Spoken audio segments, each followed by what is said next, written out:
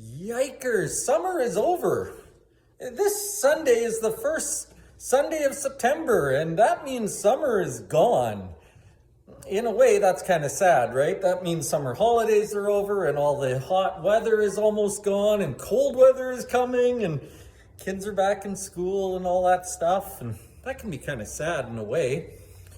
In another way, though, I think it's energizing. I think the fall is always a time for new beginnings and thinking about new things. And I'm actually quite excited about what we have not only to offer this Sunday, but I'm excited about the fall and getting things going again and dreaming new dreams and doing new things. And so I want to encourage you to be thinking that way as well. There's lots we can be doing, and maybe this fall will be the time we start some things. So maybe we can get our thinking going in that direction.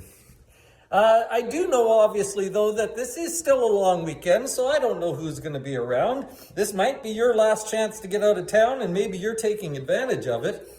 For those of us who will be around, though, here's what we're talking about this Sunday. This Sunday in Bible study, we are in 1 Samuel chapter 16. 1 Samuel chapters 16 and 17 are my two favorite chapters in the entire book. In fact, I think I could spend weeks and weeks and weeks and weeks and weeks on these two chapters. We're not going to, but we certainly could. There's lots of good stuff in here. Lots of things to learn, lots of things to test ourselves with, lots of things just to think about and talk about, lots of things to take away. And so I want you to read 1 Samuel 16. This is the portion of scripture where David is chosen as the second king of Israel.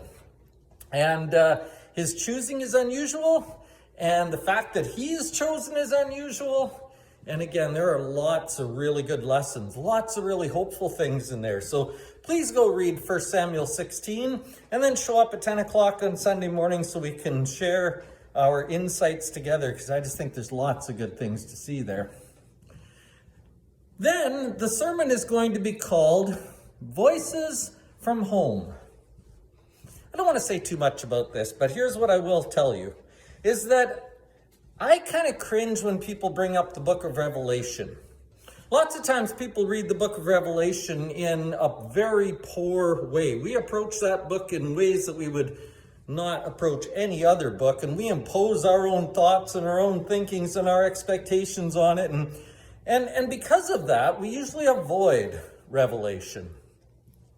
Or we only pick out one or two really familiar passages that make a lot of sense to us, like the letters to the churches at the start of the book, or maybe the pictures of heaven at the end of the book. But in between all that stuff we don't understand, there is a huge amount that we do understand. And there is a beautiful picture painted of what God is like, what heaven is like, how things work, how he looks after his people. And we are going to hear some of those voices this week.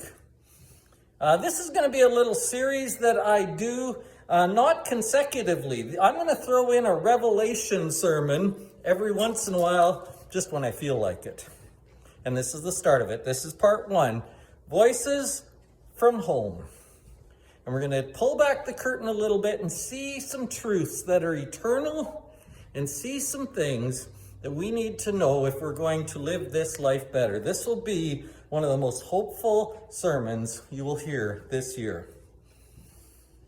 If you're able to be with us, I ask that you be praying for this Sunday.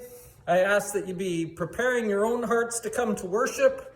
I pray that you spend a little time thinking about heaven and hope and spiritual things. Spend some time thinking about your brothers and sisters who might need your encouragement. Pray for them and be ready to encourage them on Sunday. We can help each other a lot. We have a lot to offer one another. I'm looking forward to Sunday morning, and I'm looking forward to this fall. I think there's some life to be found, and some life to be lived, and some things we can do to help each other and encourage one another in our walks. And that will start this Sunday.